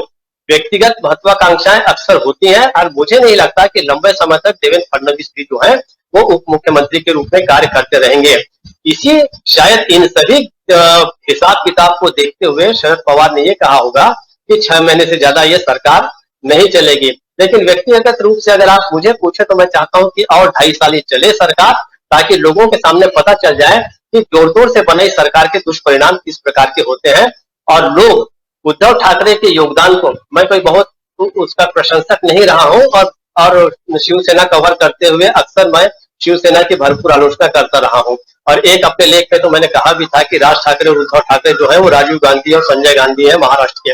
बहरहाल, तो ये जो संघर्ष है, ये जो टसल है, ये आगे बहुत ही घातक रूप से होगा। लेकिन फिर भी मैं चाहता हूं कि 2.5 साल पूरी सरकार चले और साबित हो कि धर्मनिरपेक्षता का रास्ता ही सही रास्ता है, जो उद्धव ठाकरे अंततः उन्होंने इस रास्ते को अख्तियार किया था। शिवसेना ने एक नया स्वरूप धारण किया था, बहुत अच्छी बात थी, और हम ये मान के चलते हैं कि चलिए 2.5 साल ये चले। दूसरा, आपने एक और जो मुझे ऐसा लगता है कि हमें एक व्यक्ति के ऊपर भी बहुत ध्यान देना पड़ेगा और उसको हमें आगे जाने वाले समय में बहुत बड़ा रोल वो अदा कर सकते हैं। वो मुझे लगता है कि यशवंत सिन्हा है। यशवंत सिन्हा, हम भी जानते हैं, आप भी जानते हैं कि उनका चुनाव जीतना बहुत कठिन है, लेकिन यशवंत सिन्हा जो है वो एक केंद्रीय व्यक्ति के रूप में रोल अदा कर सकते हैं इन तमाम लोगों को जोड़ने का। हर राज्य में अलग अलग तरीके से कुछ विरोधी पार्टियां बड़ा संघर्ष कर रही हैं, चाहे उधर ममता बनर्जी हो, हेमंत सोरेन हो, या इधर भूपेश बघेल हो, ये सब अपने अपने लेवल पे अच्छा काम कर रहे हैं। लेकिन मेरा अपना मानना है कि ये सब जब तक आप आवरण पर विस्फोट करते रहेंगे, बमबारी करते रहेंगे, तब तक भारतीय जनता पार्टी का कुछ नहीं होगा। अगर आपको उसके केंद्र में विस्फोट करना है तो आपको एक सम्मिलित शक्ति तैयार करनी पड़ेगी। और मेरा यह मानना है कि छोटी मोटी इन चीजों से बहुत विपक्ष को खुश होने की जरूरत नहीं है। 2024 का सिनेरियो जो है इतना आसान उनके लिए नहीं होगा, समय बहुत कम है। अगले 1.5 साल 2 साल अगर पूरा का पूरा विपक्ष संगठित नहीं होता तो 2024 से लेके 2029 तक का जो काल है भारत के लिए वो सबसे काला समय हो सकता है। डूम्सडे जिसे हम कहते हैं वो शायद भारत के लिए आने वाला है। तो इसके विपक्ष के साथ साथ जनता को भी तैयार रहना होगा। राजू जी। बिल्कुल आता हूं, मीनू जी आपके पास भी आता हूं, लेकिन पहले प्रेम कुमार जी कुछ जोड़ना चाहते थे। मैं शरद पवार जी वाले स्टेटमेंट पर थोड़ा बोलना चाहता हूं कि जो उन्होंने कहा कि ये सरकार 6 महीने से ज्यादा या मध्यावधि चुनाव के लिए तैयार रहना चाहिए, जो उन्होंने कहा वो बहुत महत्वपूर्ण टिप्पणी इसलिए है क्यों, एक तो लीगल बैटल जो बात पचपोल जी कह रहे थे वो लीगल बैटल है, उसका रूप सामने आना है। लेकिन एक सबसे महत्वपूर्ण जो मुझे लगता है वो ये कि आज आपने देखा कि जो विश्वास मत हासिल किया जा रहा था तो एनसीपी के भी कुछ लोगों ने उसमें हिस्सा नहीं लिया, तटस्थ रहे, कांग्रेस के भी कुछ विधायक तटस्थ रहे, और उन सबके का आप विश्लेषण करें जो लोग तटस्थ रहे तो मेरी बात की पुष्टि होती है वो ये कि ये सबके सब मराठी लोग थे जो तटस्थ रहे, चाहे कांग्रेस से चाहे एनसीपी से। तो जो राजनीति वहां हो रही है, अब बीजेपी ने क्यों एकनाथ शिंदे को बनाया, देखिए एक सबसे बड़ा कारण था, वो कारण ये था कि ऐसा संदेश जा रहा था कि दिल्ली ने मराठा को फिर एक बार पछाड़ दिया। ये जो वहां ऐतिहासिक संदर्भ में जो संकेत में बोली जाती है बात और राजनीति होती है कि दिल्ली ने बदला ले लिया, मराठा के सम्मान पर चोट लगती है, उस राजनीति को, यानी एक बार फिर से मराठा एकजुट ना हो, इसके लिए ये चाल चली गई कि एकनाथ शिंदे को आगे कर दिया गया। लेकिन इसके बराबर आप देखेंगे शरद पवार जी का या इन लोगों का सबका, इवन शिवसेना का भी रुख एकनाथ शिंदे के खिलाफ, समूह के खिलाफ बहुत आक्रामक नहीं है। इसका भी कारण वो मराठावाद है, क्योंकि जो ब्राह्मणवाद और मराठावाद का संघर्ष बीजेपी के भीतर है उसका जो असर होगा आने वाले समय में वो बहुत महत्वपूर्ण फैक्टर है शरद पवार जी के स्टेटमेंट को यहाँ पर देखना चाहिए।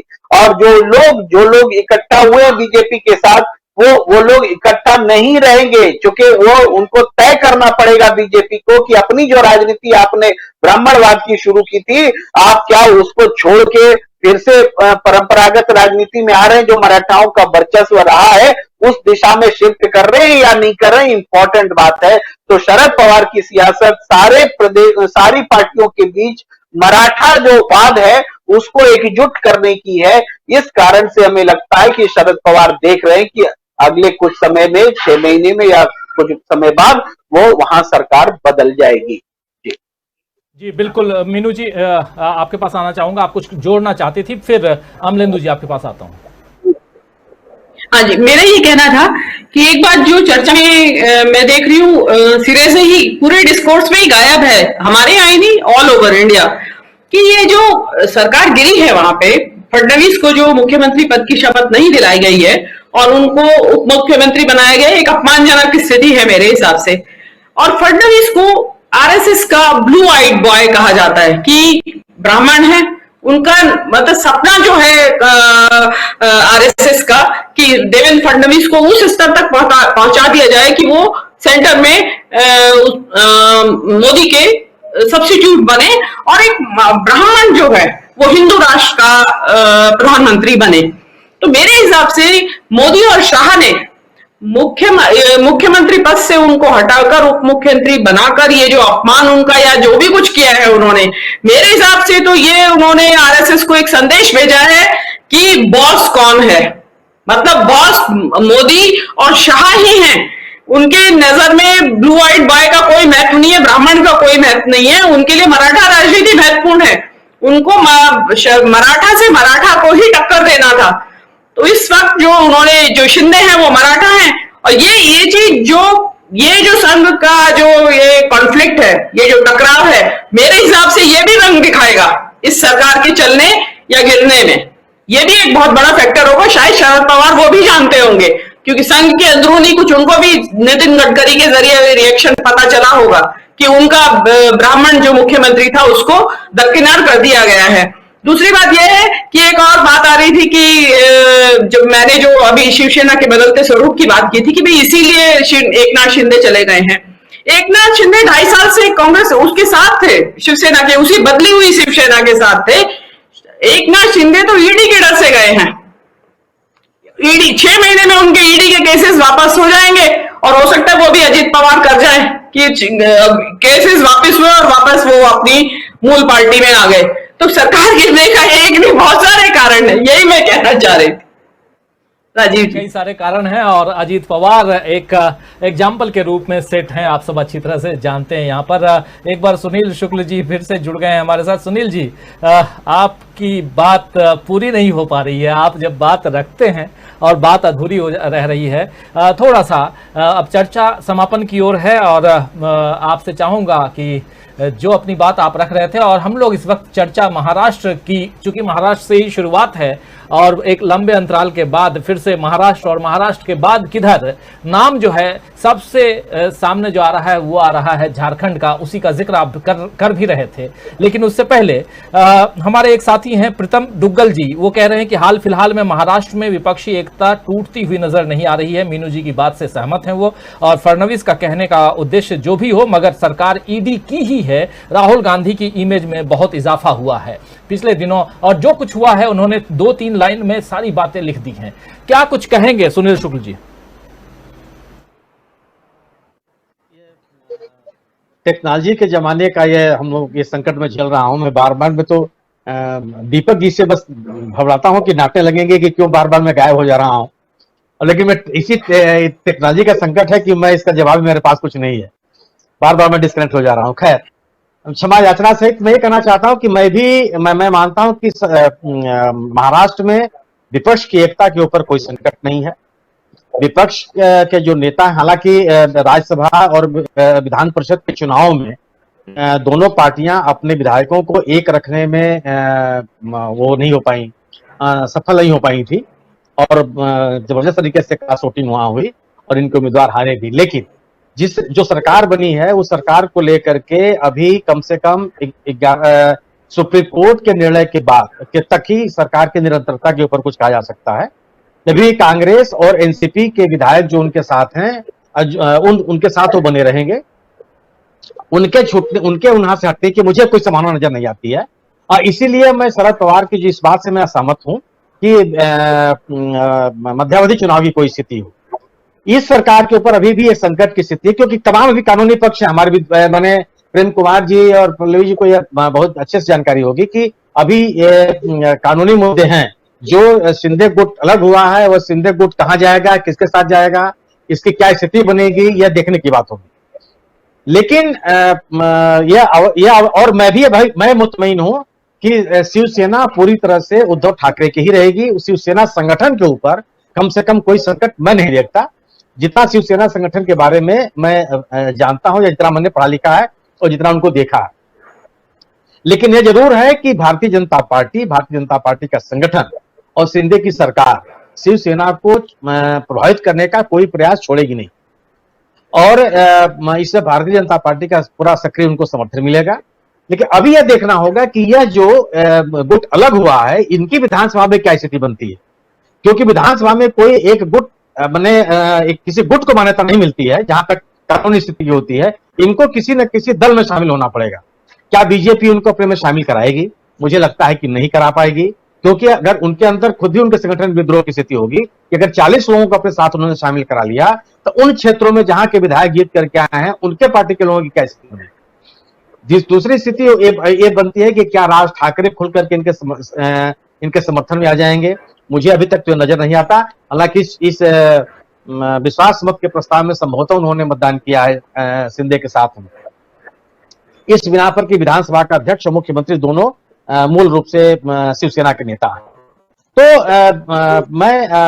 मेरी भी मान्यता यह है कि एनसीपी और कांग्रेस और जो बचे हुए लोग हैं शिवसेना के, उनमें अभी कोई इस तरह का संकट नहीं है। विधायकों का विधानसभा में विश्वास मत के दौरान ये भी मानता हूं कि बहुत बड़ी चीज नहीं है। जब विधानसभा अध्यक्ष का चुनाव था तो लोगों ने जम के मतदान किया वहां और एकदम पूरी तरह से मौजूद रहे। लेकिन जब ये देख लेते हैं कि स्थिति बनती है, तो विधायक भी कोई बहुत इस स्थिति में नहीं आना चाहते कि नई सरकार के साथ उनका कोई संघर्ष हो, क्योंकि हर व्यक्ति को सरकार से कोई ना कोई मदद लेनी होती है। तो दो चीजें कि मैं मध्यावधि चुनाव की मध्य प्रदेश में कोई संभावना नहीं देखता। नंबर दो कि जो विपक्ष है उसकी एकता में भी मुझे अभी कोई दरार होती नजर नहीं आती। तीसरी चीज कि भारतीय जनता पार्टी का जो ऑपरेशन लोटस है, वह महाराष्ट्र के बाद अन्य राज्यों में भी यथावत जारी रहेगा। मुझे इस बात की संभावना लगभग न के बराबर है कि उन्हें तेलंगाना में कोई सफलता मिल पाएगी। जी, तेलंगाना में सफलता नहीं मिल पाएगी, ये तो बिल्कुल सही कह रहे हैं। लेकिन क्या झारखंड में सफलता मिलेगी? आइए क्लोजिंग कमेंट के साथ आना चाहूंगा अमलेंदु उपाध्याय जी, आपसे समझना चाहूंगा क्या लगता है, ऑपरेशन लोटस जारी रहेगा? और इन सब से इतर अगर देखें तो क्या महाराष्ट्र की सरकार आने वाले 6 महीने में गिर जाएगी? क्या संभावनाएं देख रहे हैं? भाजपा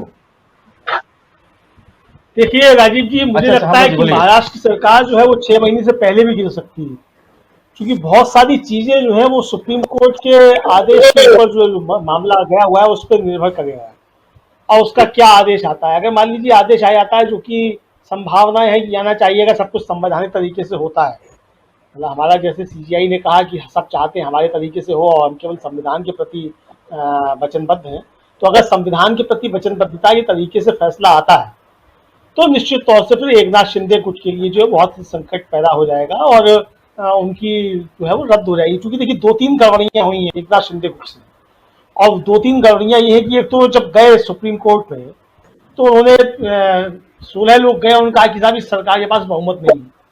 ये नहीं कहा उन्होंने कि हम अलग गुट हो गए हैं या कहीं है, तो इसका मतलब उन्होंने स्वयं एक तरीके से स्वीकार कर लिया कि वो एंटी डिफेक्शन लॉ के अंतर्गत आ रहे हैं, पहली चीज।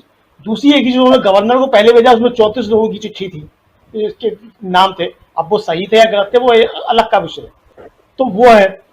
तो ये तीसरा ये जो चुनाव हुआ विधानसभा अध्यक्ष का और जिस तरीके से विश्वास मत हुआ, तो जब तक कि अगर ये सबजुडिस मामला है डिप्टी स्पीकर वाला, ये अगर फाइनल नहीं होता, मान लिया अगर ये फाइनल हो जाता है कि उसको अधिकार है डिप्टी स्पीकर को फैसला करेगा, तो ये होता है तो फिर ये दोनों भी अवैध साबित हो जाएंगे।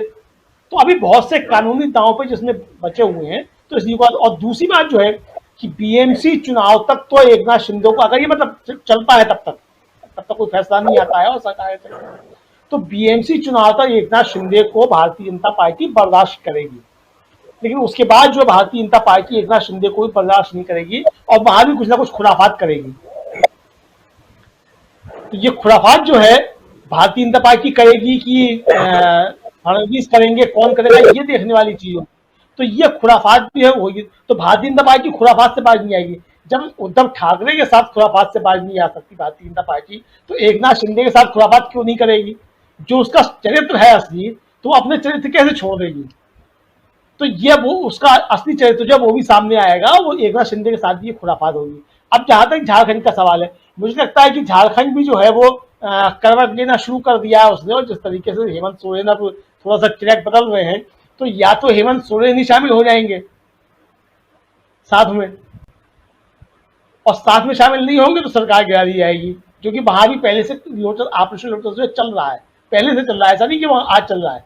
जिस तरीके से वहां चीजें पकड़ में आई, पहले कि कोई व्यापारी पकड़ा गया और फिर वो सब चीजें हुई, आरपीएन सिंह जो कांग्रेस के नेता थे वो वहां लगे हुए थे जिस तरीके से, और वो सब खुराफाते कर रहे थे, वो भी भारतीय जनता पार्टी में चले गए। तो वो सारी चीजें हैं। इसी तरीके से बिहार में भी जो है ये ऑपरेशन लोटस चलता रहेगा। उस ऑपरेशन लोटस को थोड़ी सी चोट जो है वो अभी तेजस्वी यादव ने एमआईएम के जो 4 विधायक हैं उनको शामिल करा के हल्की सी चोट पहुंचाई है, लेकिन इस चोट से जो भारतीय जनता पार्टी के ऑपरेशन लोटस पे कोई असर पड़ेगा, मुझे लगता है कि वो वहां भी चीजें जारी रहेंगी। वहां भी नीतीश को ग्रिप में रखने की कोशिश की जाएगी कि अब जो है आप या तो सरेंडर कीजिए, घर जाइए, और वरना फिर जिस तरीके से हम चाहते हैं उस तरीके से चले। तो वहां भी चीजें बहुत तेजी के साथ बदलेंगे। अब जिस तरीके से आरसीपी गए हैं, अब वो भले ही कुछ कहते रहे कि हम नहीं गए हैं और गए हैं नहीं है, लेकिन वो तो साफ एक तरीके से चले गए हैं। तो भारतीय जनता पार्टी ने आरसीपी के माध्यम से नीतीश कुमार को संदेश भेज दिया है कि महाराष्ट्र की पुनरावृत्ति जो है वो हो सकती है निश्चित तौर पे, अब बिहार में भी। तो अब बिहार में इतना आसान होगा कि नहीं, अब ये देखने वाली चीज होगी। तो अब ये बहुत सी चीजें जो है वो मुझे लगता है तेजस्वी के ऊपर भी निर्भर करेंगी कि वो अपने चचा जो है नीतीश कुमार, उनको कितना समर्थन करते हैं, कितना सहयोग करते हैं। क्योंकि नीतीश कुमार का भी जब तक का मामला सब रहा है जिस तरीके से पलटी मारने वाला, तो उससे तेजस्वी को कितना सपोर्ट करते हैं, क्या नहीं करते हैं, ये देखने वाली चीज होगी। तो मुझे लगता है कि जो चीजें बन रही हैं, मतलब नीतीश रहे या नहीं रहे, लेकिन आने वाला समय जो है बिहार में वो भी RJD versus Bharatiya Janata party बन रहा है। वहां भी कुल मिलाकर के नीतीश जो है वो सीन से अगले चुनाव तक मुझे लगता है कम से कम गायब होने की स्थिति में वो है। तो ना भारतीय जनता पार्टी की विन विन सिचुएशन बिहार में भी बनती हुई मुझे दिख रही है। अब वो चाहे पहले तोड़ लें, ऑपरेशन लोटस पहले कर लें या बाद में हो, अब वहां देखना ये कि कांग्रेस वहां अपना किस तरीके से जो है प्रभाव करती है, और वो कोई तीसरा विकल्प वहां बनने की स्थिति में पहुंचती है कि नहीं पहुंचती है, ये देखने वाली स्थिति जो होगी कुल मिलाकर के। जी राजीव, बिहार और झारखंड दोनों की चर्चा आप कर रहे हैं, लेकिन प्रेम कुमार जी कुछ जोड़ना चाह रहे थे। बात राजीव जी, जब महाराष्ट्र फ्लोर की बात हो रही है, तो जो 16 विधायकों की अयोग्यता का मसला फंसा है, उस पर जो सबसे ज्यादा इम्पैक्ट पड़ेगा वो सीधे स्पीकर के इलेक्शन पर पड़ेगा, क्योंकि स्पीकर के इलेक्शन में वो वोटर शामिल थे, और जब स्पीकर के इलेक्शन पर पड़ेगा तो जाहिर है कि पूरा सब कुछ जो है गडम गड हो जाएगा। और हालांकि बहुमत तो अभी भी हमें नहीं लगता कि 16 विधायकों से अभी की सरकार का बहुमत इधर उधर होगा, क्योंकि 16 विधायक अयोग्य होंगे, तब मैजिक फिगर भी नीचे आएगा और उसके हिसाब से अभी बहुमत रहता है। लेकिन सुप्रीम कोर्ट का एग्जैक्टली क्या फैसला आने वाला है उस पर बहुत कुछ निर्भर करेगा। जी बहुत सही बोल रहे हैं आप। और सुप्रीम कोर्ट की सुनवाई 11 तारीख को है, और क्या सब कुछ जैसा प्रेम कुमार जी कह रहे हैं वैसा ही होगा? क्या 16 विधायकों को अयोग्य साबित करने के लिए ये अधिकार पिछले जो डिप्टी स्पीकर हैं उनके पास जो सुरक्षित था, जो अब नहीं है, क्या उस पर कुछ फैसला आएगा? तो बहुत कुछ है, बहुत सारे फैसले, बहुत सारी बातें होनी हैं। और 12 तारीख को, 11 को ये है और 12 को ज्ञानवापी पर फिर से सुनवाई है। आज ज्ञानवापी मामले पर भी सुनवाई थी। तो देश में चल तो बहुत कुछ रहा है, लेकिन जो चलना चाहिए सचमुच वो नहीं चल रहा है। वो है रोजमर्रा के का जो जीवन है, उसमें आपका जीवन स्तर कैसे ऊपर उठे, कैसे आपको महंगाई से निजात मिले, कैसे शिक्षा का स्तर जो है वो बढ़े, कैसे स्वास्थ्य सुविधाएं उपलब्ध हों, कैसे यातायात की सुविधाएं उपलब्ध हों, और बरसात का समय है, जिनके पास छत नहीं है उनके सिर के ऊपर कैसे छत हो। ये जो तमाम चीज़ें, यानी मूल मुद्दों से ध्यान भटकाने के लिए बहुत सारे मुद्दे खड़े किए जा रहे हैं, और उन मुद्दों के इर्द गिर्द आप नाचते रहिए, घूमते रहिए, और फिर चर्चा हमारी जो है वो सुनते रहिए। बस यही चल रहा है। उन मुद्दों पर कौन बात करे, और यही पॉलिटिक्स है, यही सियासत है। जो हम चर्चा करते हैं ये बताने की कोशिश करते हैं कि देखिए है क्या, हो क्या रहा है। तो आप इसमें भटकने की कोशिश मत कीजिए। हमारे एक साथी ने लिखा है कि चुनाव के समय लोग ध्यान नहीं देते और गलती जो है जनता की है। बिल्कुल सही कह रहे हैं। जो वोटर्स हैं उनको ध्यान देना होगा, और बहुत सारी बातें होती हैं। बिहार का इलेक्शन भी गया प्रेम कुमार जी, और इलेक्शन हमने उत्तर प्रदेश का भी देख लिया, लेकिन घूम फिर करके बातें वही आती हैं कि सरकार जो चाह रही है, और कुछ भी हो जाए, जैसे मोदी जी कहते हैं ना कि आएगा तो मोदी ही, आएगा तो योगी ही, या आएगी तो बीजेपी ही, तो क्या वैसे ही हम देखते सुनते रहेंगे, और जहां नहीं है वहां सरकार बनाएगी तो बीजेपी ही? क्या यही होगा इस देश में? और इसी हिसाब से अगले 30-40 साल तक जो अमित शाह कह रहे हैं इस देश में शासन चलेगा बीजेपी का?